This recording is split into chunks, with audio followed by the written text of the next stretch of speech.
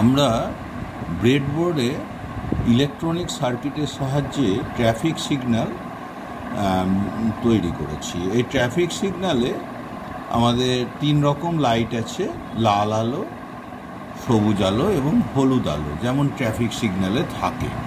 555 টাইমারের সাহায্যে দুটো আইসি নিয়েছি এবং এই আইসি এবং দুটো ক্যাপাসিটার 100 মাইক্রোফ্যারাডের ক্যাপাসিটার, লেড এবং কিছু রেজিস্ট্যান্সের মাধ্যমে আমরা এখানেতে এই লাইট সিস্টেমটা তৈরি করেছি। এখানে লাল আলোটা এখন জ্বলে গেছে এবং যেমন ট্রাফিক সিগন্যালে হয় লাল আলো জ্বলেছে, লালের পরেই দেখবেন সবুজ আলোটা কিছু সময় পরে জ্বলে যাচ্ছে। এই যে জ্বলে গেছে এবারে।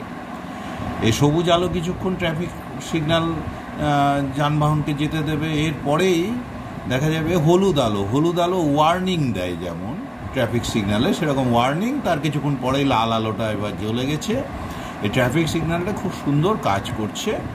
এখানেতে এই ট্রাফিক সিগন্যাল আমরা খুব সহজেই তাহলে তৈরি করতে পারবো। ওখানে টাইম গ্যাপও আছে, সবুজটা বেশ কয়েক সেকেন্ড ধরে থাকছে, বেশ কয়েক সেকেন্ড সবুজটা, এবার হলুদ, তারপরে লালটা 2, 3, 4, 5, 6, 7,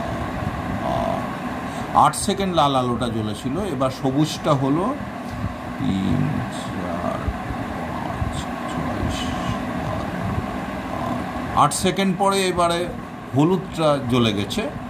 এই হলুদ আলোটা ইনস্ট্যান্ট 2 সেকেন্ড মতন থাকছে, তারপরে লাল আলোটা জ্বলছে। এইবার আমরা বিভিন্ন প্যারামিটারগুলো চেঞ্জ করে এই ট্রাফিক সিগন্যালটা দীর্ঘ সময়ের করতে পারবো। আগামীতে আমরা এর এক্সপ্লানেশনটা এর সঙ্গে যোগ করে দেব। নমস্কার।